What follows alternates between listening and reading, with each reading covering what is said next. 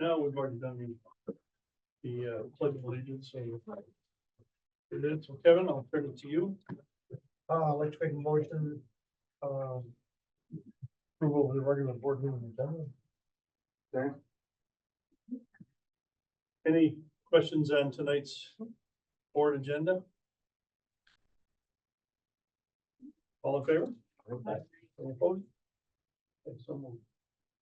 Motion to approve the reorganization board meeting minutes. Okay. So July 8th. Yep. Questions on that? All in favor? Any opposed? So moved. And then the motion to approve the July 8th regular board meeting minutes. Second. Okay, any questions on those? All in favor? Aye. Okay.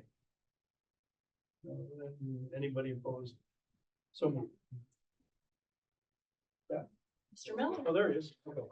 Well, first of all, I think before we get to the baseball trip, we have to say congratulations to Mr. Miller. Yeah, They welcomed their son last, Yeah, 5 days ago, I think. remarkably rested, so Yeah. congratulations. It's a wonderful experience.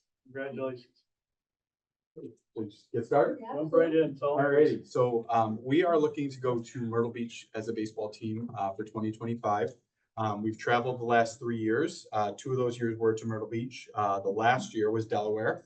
Chose to go a little bit shorter. There were some benefits and not so great benefits to that that trip. Weather was one of them. But really this year we're looking to go to Myrtle Beach. Is there a clicker in here? Oh, perfect. Let me just, Yeah, Vans, you want? yeah, perfect. Yeah. So we'll go over just why is this trip important, a sample itinerary, which you may have noticed I'm doing this a lot earlier this year. I think last year I did it in January. The year before I was probably like October-ish, just so we can get started on some fundraising and things. Don't have a ton for you for an itinerary because it's so early, but I'll kind of go over what we did in previous years. Some changes from last year, and then our biggest barrier I'll talk about at the end is going to be transportation. So we'll go to our why is our trip important. So team chemistry, that picture was my first year going to Myrtle. It was from my balcony of my hotel room, and I just noticed like, oh, those are our kids playing all together, just having a good time on the beach. So, I think there's opportunities for both baseball focused and social time, allows us to work things out as a team, create stronger bonds, those things that, everybody talks about when they talk about a trip, right? Regardless if it's sports, music, anything, how to see the mind, those types of things. So I think for a baseball skill standpoint, this is a unique year where we do have everybody coming back. And not everybody has been to Myrtle Beach, specifically the Ripken facility. So I think 2 of our kids went the first year that I was coaching, but everybody else hasn't been to the Ripken facility, which I'll talk a little bit about in a bit. But the baseball skill piece, that's a really great facility that they get to work at. You play different teams, you play teams from other states, you can play teams from here too. And it's just fun to be in a place that's different, work in a place that's a little bit different and really, be focused together, not necessarily just do the same thing every day, 3:30 to 5:30, it's something, changes things up a little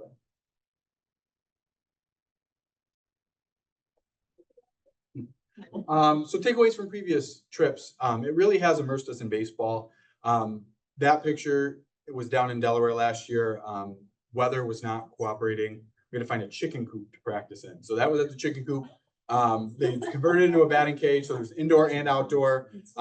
There was like a broken down truck in the outfield. It was really kind of cool, but the kids loved it. We found ways to have fun and enjoy it. It is part of that new experience, right? I think they'll talk about that for a long time. Now, it was nicer inside than you would think, but they'll tell everybody it's chicken coop, like I do. I think they made connections with other teams, when we were down there, more so Myrtle Beach than Delaware, just weather prevented us from playing some games down there. We did get one in. And then talking about Ripken, it is really the best baseball facility we play at, or we've ever played at, I will say. Compared to Delaware, where we're playing in the chicken coop, and compared to when we did Myrtle Beach kind of independently, it is really, really awesome. So sample itinerary, and I'll talk a little bit about this when I get to the transportation. So when we take a school bus, which we've done in the past, it's usually 2 days. So we leave on usually either Last year, we were able to leave on a Friday because of the break schedule, but we usually leave on a Saturday. We get there Sunday evening. And then our goal is to stay 5 nights. So if we get there on Sunday evening, we're staying 5 nights. That would make us leave Friday morning. If we get there on Saturday evening based on transportation, our goal would be to leave Thursday morning. So just 5 nights where you can kind of get maybe a night practice in, and then 4 days of either practices or games.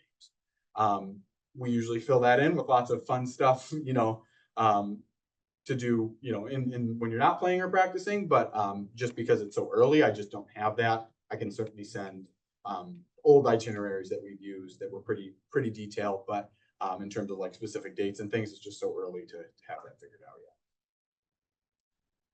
All right, so changes from last year. Again, Myrtle Beach versus Delaware. Chance for better weather. I don't think Myrtle got that much better weather than we did in Delaware last year, but it's 2 days away compared to 1. So that's just something we factored in last year with cost. Ripken versus Independent. So the past 2 years, we've gone kind of independent. We've searched out our own teams, found our own games.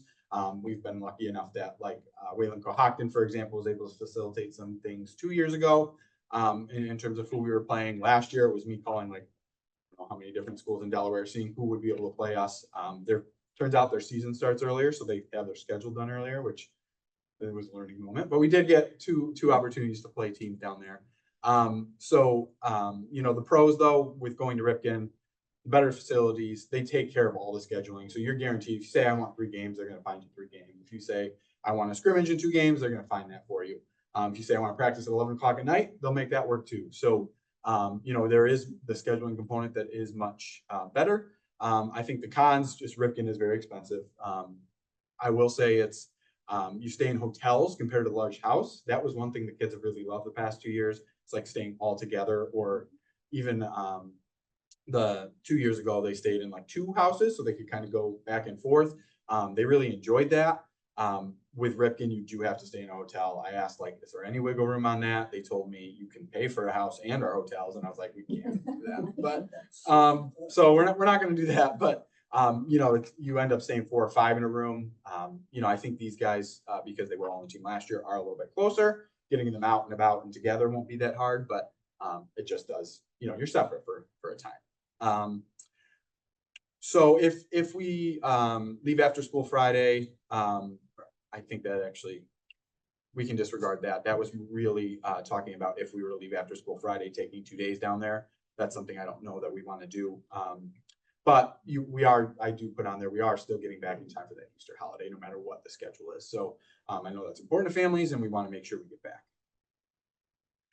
So transportation, here's the big what if, I guess. So in previous years, we've taken a Geneseo school bus with a Geneseo driver. It's Randy French. He's awesome. He told me, like, literally getting off the bus last year, like, I know I'm not going to be able to do it this next year. So we have, I know Jay has reached out a little bit to talk to see if other drivers, we haven't gotten a lot of response there.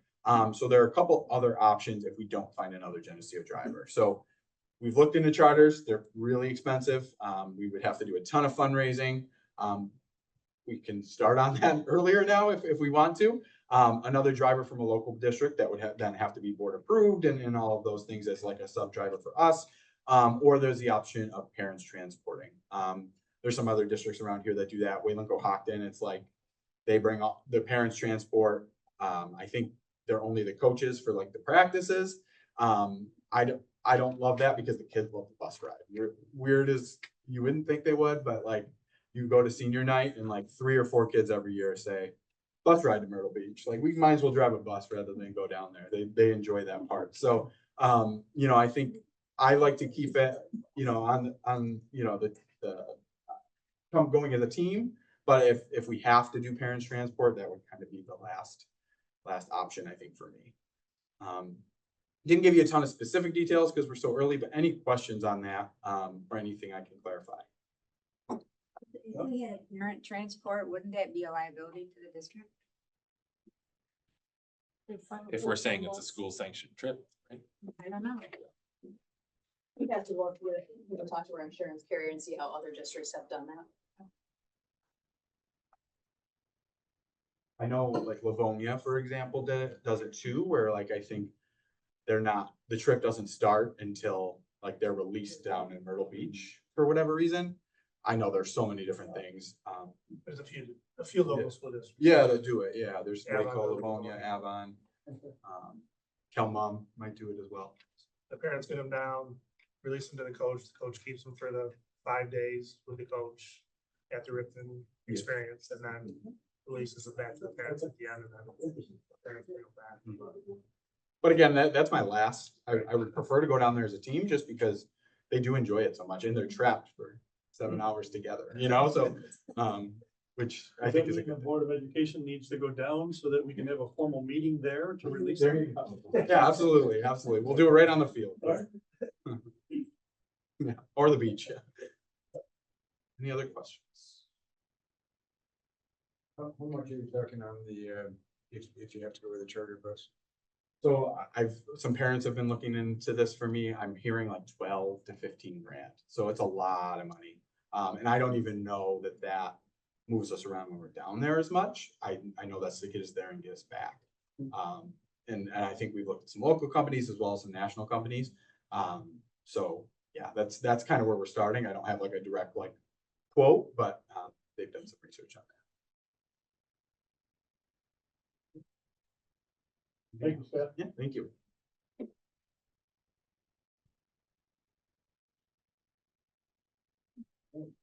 Make a motion to approve this. Hope you have, as for consent motion for the baseball trip.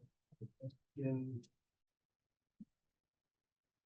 spring of 2025. Right. Second. We already had questions. All in favor? Right. Any opposed? So moved. All right, you're on, Scott. Congratulations in 2 ways, right? The Yeah. trip. Okay, send it to you. So do we be busy tonight? So I'm keeping my presentation short. One of the things that I did want to point out is that if you've driven by the playground, it looks beautiful, it looks complete. We're not able to open it yet because we do need to have grass planted and really grass growing before we want to open it up, as well as we need the fencing completed around the playground. So it looks great, and I know people are really excited to get out there. We just have to be a little bit more patient while we're waiting to open it up. Another facility update, it was mentioned the concrete curb is being installed this week in the basement. If you remember, this is to go around the sump pump. When we had our earlier flood, December 27th, it was Brock's first day to Geneseo. We welcomed him with a flood in the basement. And after we had cleaned up the water, we were underneath the pool looking at the filter, and I was like, is it my imagination or is the sump pump the highest point in the basement? And he said, no, that's clearly what it is. So this was a cost-effective way to corral the water so that it will go into the sump pump and will prevent future floods in that basement and that gym floor. You probably have heard that the foundation aid formula is being reviewed and that they hired the Rockefeller Institute to complete a study. And they have been asking for public forum and public comment. And Daryl McLaughlin, superintendent from Perry Central School District, was our spokesperson for the Genesee Valley region. And I just wanted to highlight some of the topics that he spoke on our behalf. Basically, we all know that the foundation aid formula is outdated.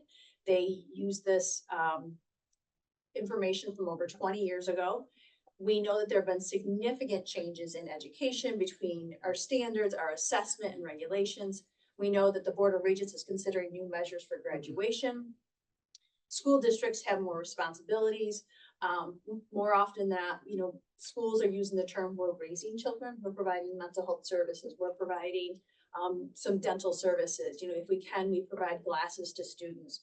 One of the initiatives that we're working to implement next year is a food league pantry here on site, because food insecurity continues to be a concern for our community. So many more needs for our communities. So we know we need a thorough study to truly understand what it costs to educate a student in New York State. John, I don't know, hang on, did I turn it off? Oh, it says I'm on. When the foundation aid formula was created, there wasn't the property tax cap. And so, the theory behind that foundation aid formula was if you needed to raise more money, then and you get less state aid from New York State, you had the ability to raise more taxes. Well, then the tax cap came into play, and that really has restricted districts in their ability to raise tax funds. We know there's inaccurate calculation. After they created the foundation aid formula, there's, I think, 26 different factors that can go into play that would give school district A more state aid, but school district B wouldn't qualify, and very, very specific factors that would come into play. The wealth ratio, you heard Mike Visconti talk about the fact that our building aid ratio is lower than most schools in our area. That's because our combined wealth ratio makes it seem like we are a wealthier district when compared to others. But when we talk about the fact that we know our free and reduced lunch amounts have increased, we're now a community eligible school, and so we provide free lunches and breakfast to all students. We know that that's not the case. So what are we asking for? We're asking for a sensible implementation. We need clear timelines needed, and we need to have Education Solutions must have a clear implementation timeline. We must have consistency, and we need long-term planning. Every year, you know what it feels like as a board member to wait for those state aid numbers, that foundation aid, and then make those decisions somewhere between February and our public vote in May. And school districts need the ability to have that long range plan. So really am thankful for Mr. McLaughlin speaking on behalf of the Genesee Valley and BOCES regions. This is an incredibly important topic, and he was given 2 minutes to speak on it.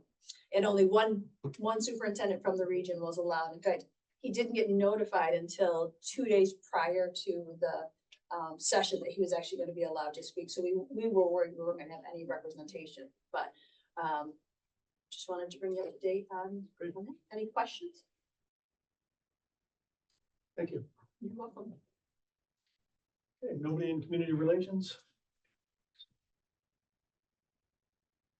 Greg, on finance? Any updates? Yes, we met tonight. I think we've heard about a lot of what we talked about, but dove into some of the budget transfers a little more. Should have taken better notes. We talked about, So there's some the- allocations for fund balance? right, Yeah. the resolution tonight for the fund balance allocation, potentially creating a capital and equipment reserve for purchasing buses in May of 2025. And then just some utility conversation about locking in Okay. natural gas. All right, thank you. Good. Kevin, anything on policy? We reconvene the committee, and we start back on the August 15th meeting, correct? Thank you. Policy. 19. Any update on GCS? No? Okay. All right, with that. Motion on personnel. I'd like to ask for a consent motion for items 6.02 to 6.16. Second. I abstain from 603. 6.03, you're gonna abstain, okay? Any questions on any of the personnel items in that consent motion? Question of 6.09. Which is the appointment of a world language teacher, one half. Yes. Is there a reason why we're just doing half? Half an FTE. Really, that's what we need to fill the mandates, correct, Mr. Selta? The transition French out we need to have. As well as, retired, she really only wanted her time, and That was the other question I was gonna ask. Seemed as though she might be retired, so if she's doing us a favor coming back. Thank you. It's Just- the 6.04, Mr. Petrie is here in the audience. He is will be, as soon as you vote, a new social studies teacher. And so just wanted to thank him for coming to the meeting and congratulations. Welcome to Geneseo. Thank you very much. Welcome, welcome. I was wondering who was wearing the tie. All right, any other questions on the personnel items? All in favor? All right. Any opposed? We got one abstention on 8.0. Okay. Thank you. Now. Under new business. Under new business, I'd like to ask for consent motion for item 7.02 to 7.10. Second?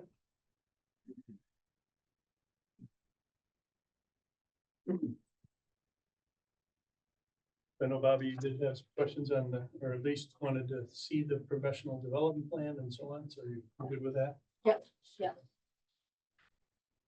Any other questions, any questions on the new business items?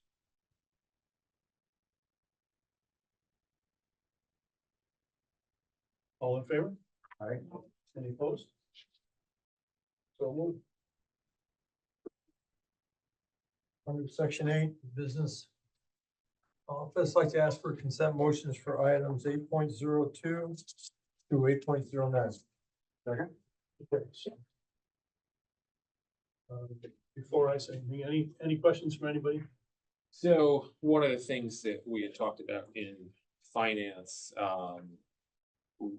one of the allocations was to move some money to the capital reserve fund. You're talking about 8.02. Their fund balance to capital reserve, is that what you mean? Yes. Okay. So I think it was 611,000. So the benefit to that would be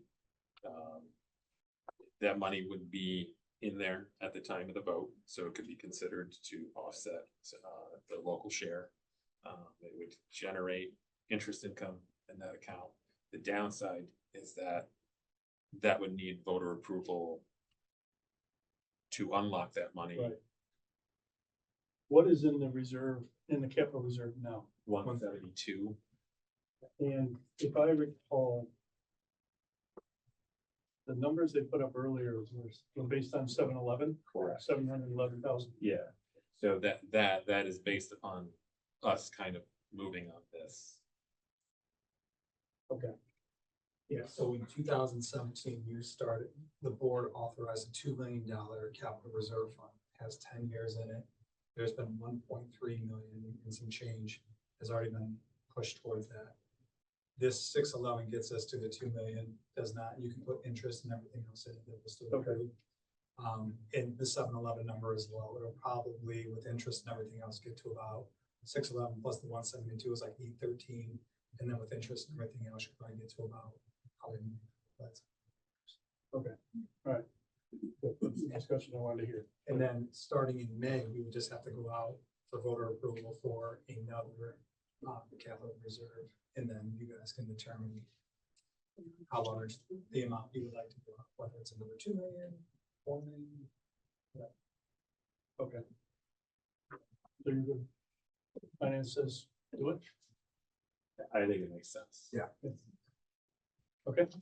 All right. So keeps that taxpayer load down on that. Yeah. And then if anything changes, it just takes a vote to Yeah, we, bring it back. okay. All right. So with that, all in favor of the items, consent items 8.02 through 9? Yes. Yes. Any opposed? So moved. Thanks, Scott.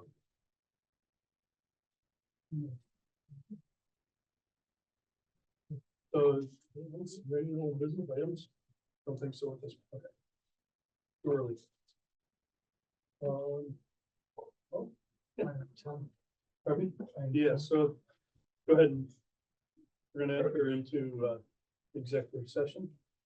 Need a motion to enter an executive session on the recommendation of the superintendent to enter an executive session to discuss the superintendent evaluation and the employment history of one particular individual. A second. All in favor? Okay, so move. Thank you, everybody. We are now in executive session.